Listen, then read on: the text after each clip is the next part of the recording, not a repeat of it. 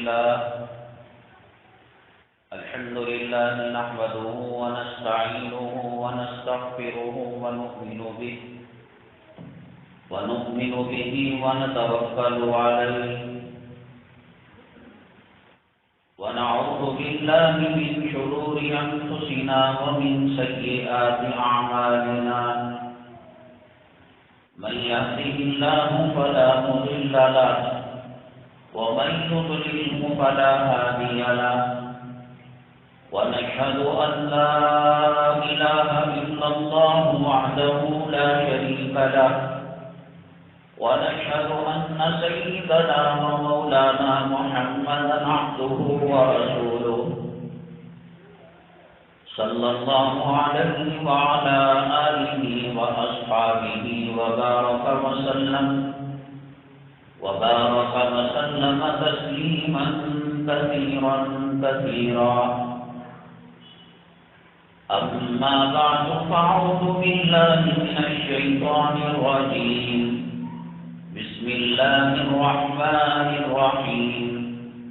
إنما يخشى الله من عباده العلماء.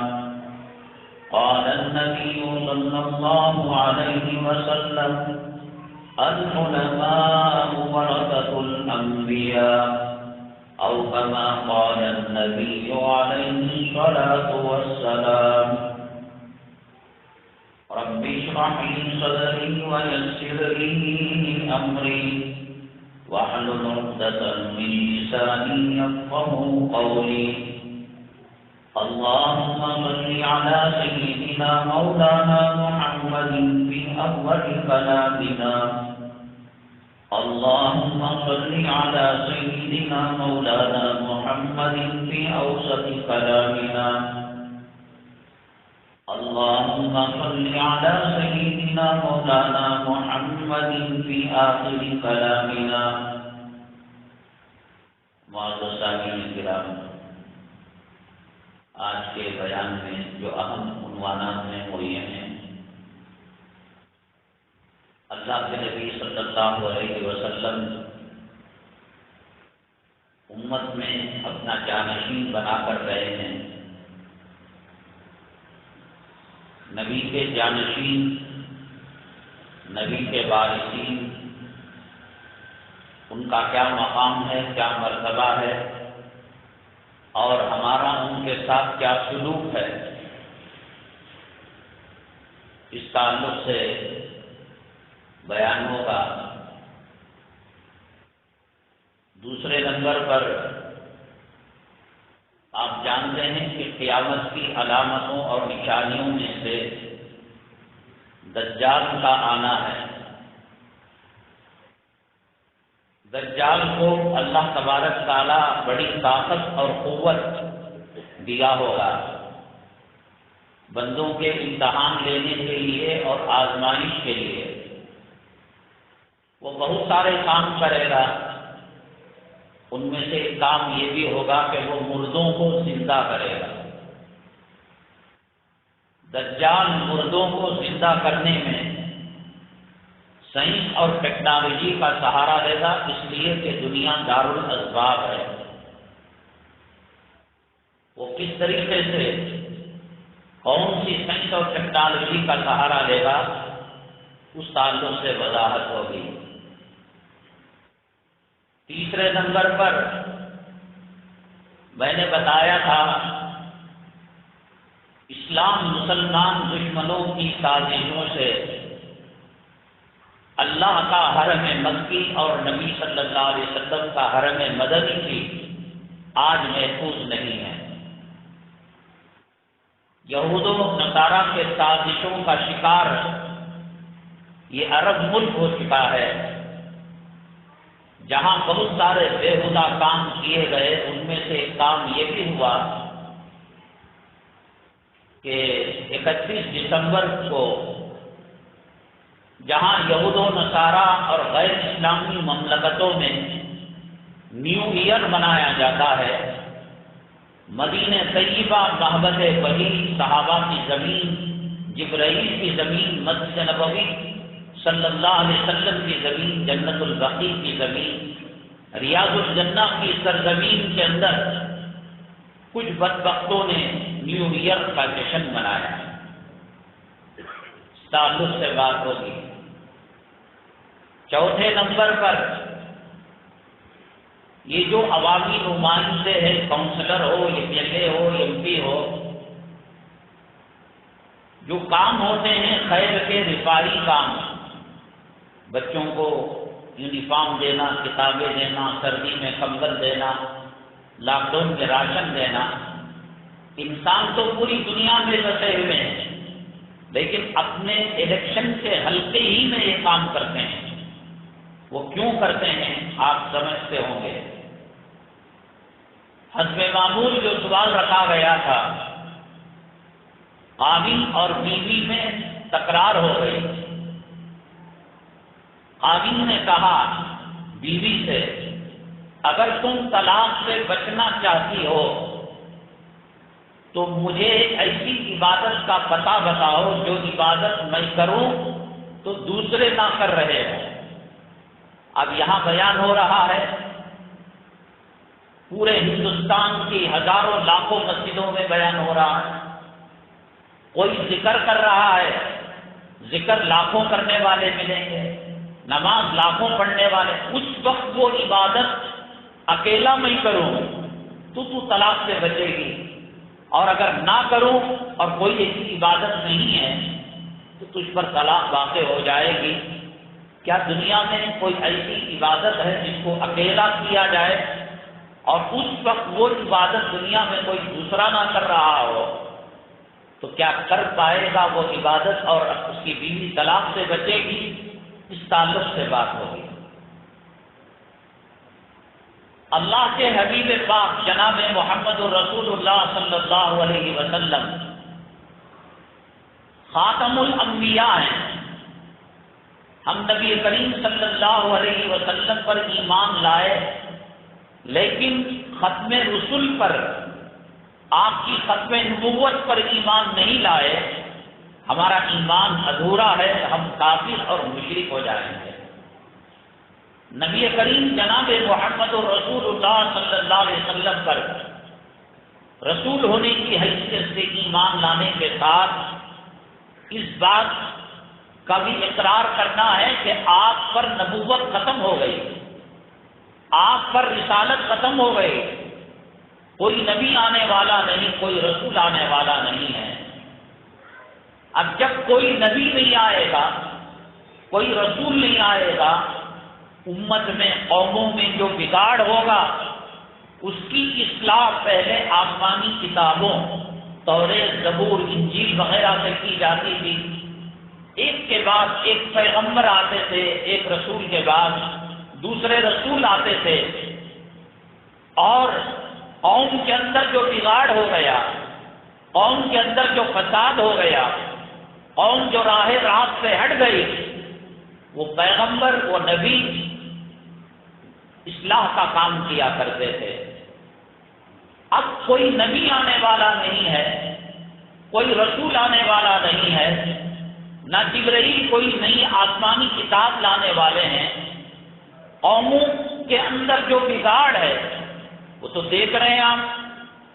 داڑھی منڈانا کوئی عیب کی بات نہیں ہے. اب بے پردہ عورتوں کا چلنا پھرنا کوئی عیب کی بات نہیں ہے. اب نماز کو چھوڑنا، حرام روزی کو اپنانا، سود میں ملوث ہونا، رشوت میں ملوث ہونا، مسجدوں سے نفرت کرنا، مدارس اور علماء سے نفرت کرنا ایک عام مزاج آج ہو چکا ہے.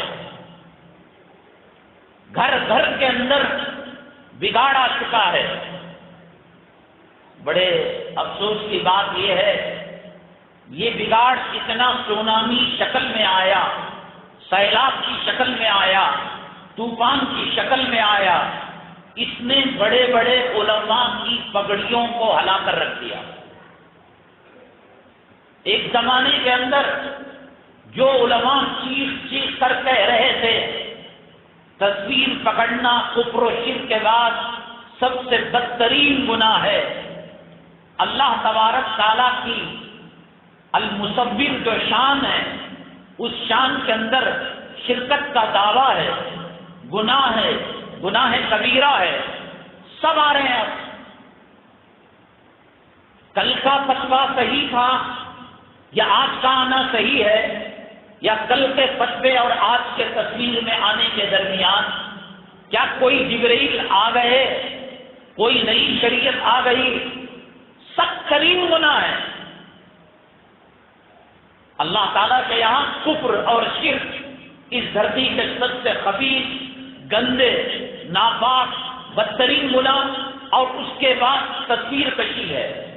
بچہ کون ہے جو کل کہتے تھے کہ یہ حرام ہے، یہ ناجائز ہے، ان کے ویڈیو بیان آ رہے ہیں۔ آپ جو لوگ یوٹیوب کے اندر، واٹس ایپ کے اندر علماء کرام کے بیانات سنتے ہوں گے، امریکہ کے جو بزرگ ہیں منیر احمد اخون، ان کا بیان بھی لوگوں نے سنا ہوگا۔ بڑا نفع تلا بیان کرتے ہیں، حق بولتے ہیں، سچ بولتے ہیں، بے بات بولتے ہیں۔ میں کہہ رہا ہوں کہ زمانے کے گناہوں کا اثر، معصیتوں کا اثر اچھے اس کے لپیٹے میں آ گئے۔ آج جو ویڈیو بیان کر رہے ہیں، آج جو میڈیا کی تصاویر کے اندر ساتھیوں کے ساتھ سیلفی لے کر اپنی نمائش کر رہے ہیں، ان کے پچھلے بیانات دیکھیے کہ یہ کہیں گے کہ سخت ترین گناہ ہے۔ جو لوگ پہلے سے کہتے تھے کہ اسلام کی نشر و اشاعت کے لیے، دعوت و تبلیغ کے لیے میڈیا کا سہارا لیا جا سکتا ہے، ویڈیو بیان کا سہارا لیا جا سکتا ہے، جب ویڈیو نہیں تھا کیا دنیا میں تبلیغ نہیں ہو رہی تھی؟ پیغمبروں کے سوالات، پیغمبروں کے زمانے میں کون سا LCD تھا، کون سا DVD تھا، کون سا HD کلر کا TV تھا؟ کام نہیں ہو رہا تھا۔ حضرت نوح علیہ نبینا علیہ السلام 950 برس تک دعوت و تبلیغ کا فریضہ انجام دیتے رہے۔ حضرت سیدنا عمر الخطاب رضی اللہ تعالیٰ عنہ کے دور مبارک میں دنیا کے تہائی حصے میں 22 لاکھ مربع میل کے اندر دین کا جھنڈا گٹ چکا تھا، اسلام پہنچ چکا تھا۔ کون سی تصویر تھی، کون سا یوٹیوب تھا، کون سی ویڈیو تھی، کون سا LCD تھا، کون سی HD TV تھی؟ کام چل رہا تھا، نہیں چل رہا تھا؟ منیر احمد اخون مفتی صاحب ہیں، بڑی نفی تلی باتیں بے بات اور حق کے ساتھ کہتے ہیں۔ ان کو کسی نے سوال کیا کہ امریکہ کی سرزمین کے اندر برتھ ڈے منانا، پیدائش کا دن منانا ایک کامن چیز ہے، بچنا مشکل ہے، جس کو فقہ کی اصطلاح کے اندر عموم بلوا کہتے ہیں، یعنی اتنا کامن کہ دامن جھٹکنا مشکل ہو گیا ہے۔ جیسے آم کا باغ ہے، آم کا باغ جو سودا کیا جاتا ہے، ویپار کیا جاتا ہے، ابھی فصل نہیں آئی، ابھی سے مول تول کر دیا جاتا ہے، 25 لاکھ میں باغ دے دیا، 20 لاکھ میں دے دیا۔ آم آ بھی سکتا ہے، نہیں بھی آ سکتا ہے، کم بھی آ سکتا ہے، کیڑا بھی لگ سکتا ہے۔ شریعت اس کاروبار کو جائز نہیں کہتی۔ بکری حاملہ ہے، اونٹ حاملہ ہے، اب اگر بیچنے والا یہ کہے اس بچے کو پیدا ہونے کے بعد میں تمہیں اتنے 1000 روپیوں میں بیچوں گا، چونکہ چیز واضح نہیں ہے، جو چیز بیچی جا رہی ہے، املی کی فصل ہے، آم کی فصل ہے، گنے کی فصل ہے، دھان کی، جب تک چیز موجود نہ ہو شریعت کہتی ہے کہ کاروبار نہ کریں، اس لیے کہ بعد میں لڑائی ہوگی۔ میں نے 20 لاکھ کے اندر باغ لیا، مجھے 1 کلو آم نہیں ملا، یہ پیسہ تم نے ویپار کر دیا، تو جانتا ہے عیب دار اونٹنی کا بچہ ہو گیا، بکری کا بچہ ہو گیا۔ شریعت لڑائی جھگڑے والے کاروبار کو پسند نہیں کرتی، شریعت کہتی ہے یہ بیع فاسد ہے، لیکن عموم بلوا ہے۔ آپ جا کر کسی کافر سے کہیں، کسی مشرک سے کہیں پھل آنے کے بعد میں سودا کروں گا، تب تک اس کی فصل بھی کٹ چکی ہوگی، اس کو کہتے ہیں عموم بلوا۔ لیکن برتھ ڈے کا منانا، یوم پیدائش کا منانا، یہ عموم بلوا نہیں ہے۔ اگر ہزاروں مسلمان داڑھی مڈائیں تو کیا داڑھی مڈانا جائز ہو جائے گا؟ لاکھوں مسلمان سود کھائیں، کاروبار میں ڈبائیں، دھوکہ دیں تو کیا دھوکہ دینا جائز ہو جائے گا؟ کیا کاروبار اس کو عموم بلوا نہیں کہتے؟ عموم بلوا وہ کہتے ہیں جسے میں نے کہا کہ بکری حاملہ اس کا بیمار ہے، اٹی کا بیمار ہے، آم کی فصل کا بیمار ہے، جام کی ابھی نہیں آئی، شریعت اس کو منع کرتی ہے لیکن چل رہا ہے ماحول تو چلو مجبوری میں کر لیا۔ لیکن برتھ ڈے کا معاملہ ایسا نہیں ہے، روکا جائے رک سکتا ہے۔ داڑھی مڈانے کا مسئلہ یہ نہیں ہے، سود کا مسئلہ یہ نہیں ہے، علماء روکیں تو رک سکتا ہے۔ لیکن مرید احمد اخون صاحب دامت برکاتہم نے کہا کہ بغیر بے پردگی کے، فضول خرچی کرے کے کیک کو کاٹا جا سکتا ہے۔ میری حیرت کی انتہا نہ رہی جب معصیتیں طوفان اور سیلاب کی شکل میں آتی ہیں تو بڑی بڑے لوگوں کی پکڑیاں ہل جاتی ہیں۔ حضرت مولانا ضرب علی خان صاحب رحمۃ اللہ علیہ، حضرت مولانا پیر ذوالفقار صاحب، یہ مفتی سعید صاحب پالن پوری رحمۃ اللہ علیہ تھے جنہوں نے کہا کہ تصویر حرام تھی، حرام ہے، حرام رہے گی، مرتے دم تک اسی پر اٹل رہے۔ لیکن یہ دوسرے جو حضرات ہیں، مولانا خلیل الرحمان سجاد صاحب ہیں، مولانا پیر ذوالفقار صاحب ہیں، مولانا ارشد مدنی صاحب ہیں اور ضرب علی خان صاحب ہیں، ان کے فتوے شروع میں الگ سے، بعد میں انہوں نے کہا کہ ویڈیو کے ذریعے سے تبلیغ کی جا سکتی ہے۔ جب میڈیا کے ذریعے سے اسلام پر حملہ ہو رہا ہے تو اسی میڈیا کے ذریعے سے ذاکر نائک سب سے پہلے ہندوستان کے اندر اسلامی چینل پیس ٹی وی انہوں نے کھولا تو علماء نے بوال کھڑا کر دیا، حرام کر رہے ہیں، ناجائز کر رہے ہیں، تصویر کا کوئی تصور نہیں، ان کی مجلسوں میں شرکت کے بارے میں یہ مسئلہ ہے۔ جب ایک ذاکر نائک پیس ٹی وی لے کر آئے، میں کہہ رہا ہوں کہ گناہ کتنا عام ہو رہا ہے، سن کر میرا جسم تھرتھرا اٹھا کہ کیا کہہ رہے ہیں مولانا مفتی منیر احمد، بڑے علم والے، بڑے تقوی والے، بڑی طہارت والے، امریکہ جیسے یہود و نصاریت کے ماحول کے اندر حق بولنے والے، للکارنے والے، کہا کہ کیک کاٹنے کی اجازت ہے اور اس کے اندر جو ہے خرافات نہ ہو۔ برتھ ڈے کی محفل ہی خرافات کا نام ہے، بے حیائی کا نام ہے، بے شرمی کا نام ہے، پاخانہ گندگی کا نام ہے۔ کوئی کہے کہ پاخانے سے گندگی کو الگ کر دیا جائے، خنزیر سے نجاست کو الگ کر دیا جائے، کیسے الگ کیا جا سکتا ہے؟ ماحول کے اثر سے بڑے بڑے پکڑیاں ہل گئی ہیں، بہت کم وہ ہیں جو استقامت کے ساتھ اپنے مسئلوں پر کھڑی ہوئی ہیں۔ چھوٹا موٹا گناہ نہیں، خطرناک گناہ ہے۔ اللہ تعالیٰ کی شان کے اندر والذی یصورکم فی الارحام کیف یشاء، اللہ تبارک تعالیٰ رحم مادر میں تصویروں کو بناتا ہے، یہ اللہ کی شان ہے۔ روزی دینا اللہ کی شان ہے، لڑکا دینا اللہ کی شان ہے، لڑکی بنانا اللہ کی شان ہے، امیر بنانا اللہ کی شان ہے، غریب بنانا اللہ کی شان ہے۔ اب کہیں کہ میں کرتا ہوں امیر غریب، میں مردے کو زندہ کرتا ہوں، مارتا ہوں، اللہ کی شان میں شرک کے برابر ہے۔ جیسے اس کہنا اللہ کیا دے رہا ہے، ہم دے رہے ہیں، اللہ کی شان رضاقیت میں شرک ہے۔ کوئی تصویر بنا رہا ہے، بت پرستی سے آئی ہے، شرک اس سے آیا ہے، گناہ کا راستہ یہ ہے، لیکن ڈھلے سے چل رہا ہے۔ مولانا الیاس محمد صاحب، اللہ تبارک تعالیٰ نے علم کے اندر، تقوی میں، طہارت میں بہت اونچا مقام دیا ہے۔ شروع کے ان کے فتاوا کیا ہیں؟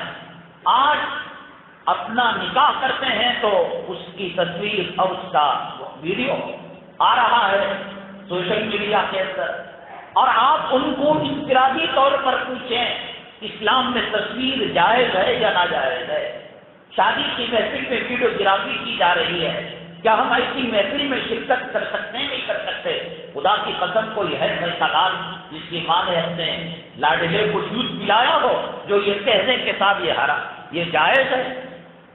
اگر مگر کہہ کر اس کی یہ شکلیں آ گئی، گناہ کا بوجھ سے دھرتی دب رہی ہے، مسلمان سیکھ رہا ہے اس کی چکی کے اندر اب نبی آنے والا نہیں ہے، رسول آنے والا نہیں ہے۔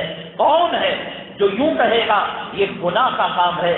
کل بھی تھا آج بھی ہے، قیامت تک رہے گا۔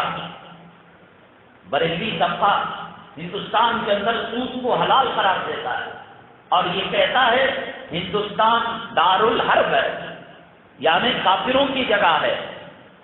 تو دارالحرب کے اندر سود جائز ہے اس لیے کہ کافروں سے مان لے کر سود کا فائنانشیل ان کو ویک کیا جا رہا ہے، کمزور کیا جا رہا ہے۔ لیکن دارالحرب اس کو کس نے کہا؟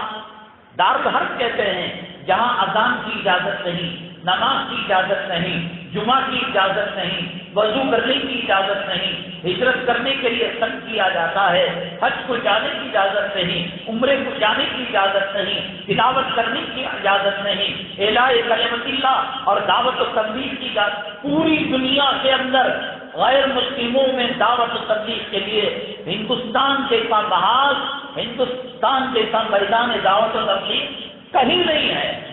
اب اس کو دارالحرب قرار دے کر ایک طبقہ یہاں سود کو حلال قرار دے رہا ہے۔ ایسی ایسی چیزیں ہیں، جب تک نبی موجود ہوتے کوئی فتنہ اٹھا مسلم کذاب کی طرف سے، عبداللہ ابی بن سلول کی طرف سے، یہودیوں کی طرف سے، نصارہ کی طرف سے، کافروں کی طرف سے، مشرکوں کی طرف سے، پیغمبر زندہ ہوتے تھے، پیغمبر کے چہرے کو دیکھ کر مسائل حل ہو جایا کرتے تھے۔ اب پیغمبر آنے والے نہیں ہیں، اب نبی آنے والے نہیں ہیں، اب رسول آنے والے نہیں ہیں، اب جبریل امین علیہ السلام کسی کے پاس وحی لے کر آنے والے نہیں ہیں، کوئی نئی کتاب توریت، زبور، انجیل، صحف ابراہیم اور صحف موسیٰ اور کلام پاک کے بعد کوئی کتاب اب نازل ہونے والے نہیں ہے۔ کلام پاک جب نازل ہوا اور آخر میں اللہ تعالیٰ نے کہہ دیا الیوم اکملت لکم دینکم واتممت علیکم نعمتی ورضیت لکم الاسلام دینا، آج میں نے دین کو مکمل کر دیا ہے۔ جب دین مکمل ہو گیا، مسجد کی تعمیر مکمل ہو گئی، اپارٹمنٹ کی تعمیر مکمل ہو گئی، گھر کی تعمیر مکمل ہو گئی، اب اس کے بعد مزید کام کا کیا معنی، کیا مطلب؟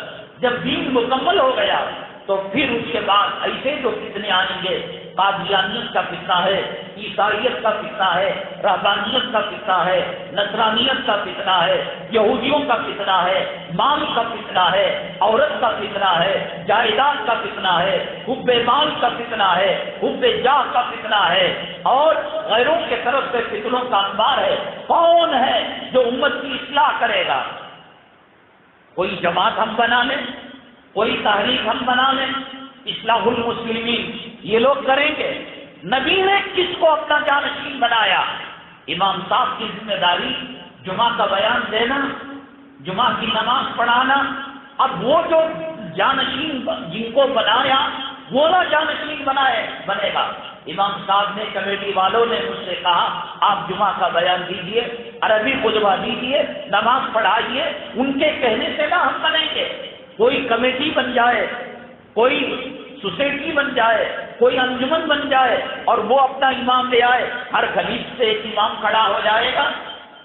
کوئی دنیا کی تحریک، کوئی دنیا کی تنظیم، کوئی دنیا کی جماعت، امیر ہو، غریب ہو، حاکم ہو، محکوم ہو، بادشاہ ہو، محلوں میں رہتا ہو، جھوپڑی میں رہتا ہو، مرد ہو، عورت ہو، وہ تمام کے تمام جس طریقے سے دور نبوت میں نبی کی نبوت کے محتاج ہیں، نبی کی تعلیمات کے محتاج ہیں، میرے رب کی عزت و جلالت کی قسم، نہ کوئی ایم ایل اے، نہ کوئی ایم پی، نہ کوئی منسٹر، نہ کوئی تنظیم، نہ کسی ادارے کا صدر، نہ کسی ادارے کا بنانا ہے تو کون بنانا ہے؟ نبی صلی اللہ علیہ وسلم کو بنانا ہے۔ اور آپ نے مال کی بنیاد پر، دولت کی بنیاد پر، حکومت کی بنیاد پر، سیاست کی بنیاد پر، روزگاری کی بنیاد پر آپ نے وارث نہیں بنایا۔ آپ نے کہا کہ انما العلماء ورثۃ الانبیاء، علماء وہی کام کریں گے جو دور نبوت میں نبی کیا کرتا تھا۔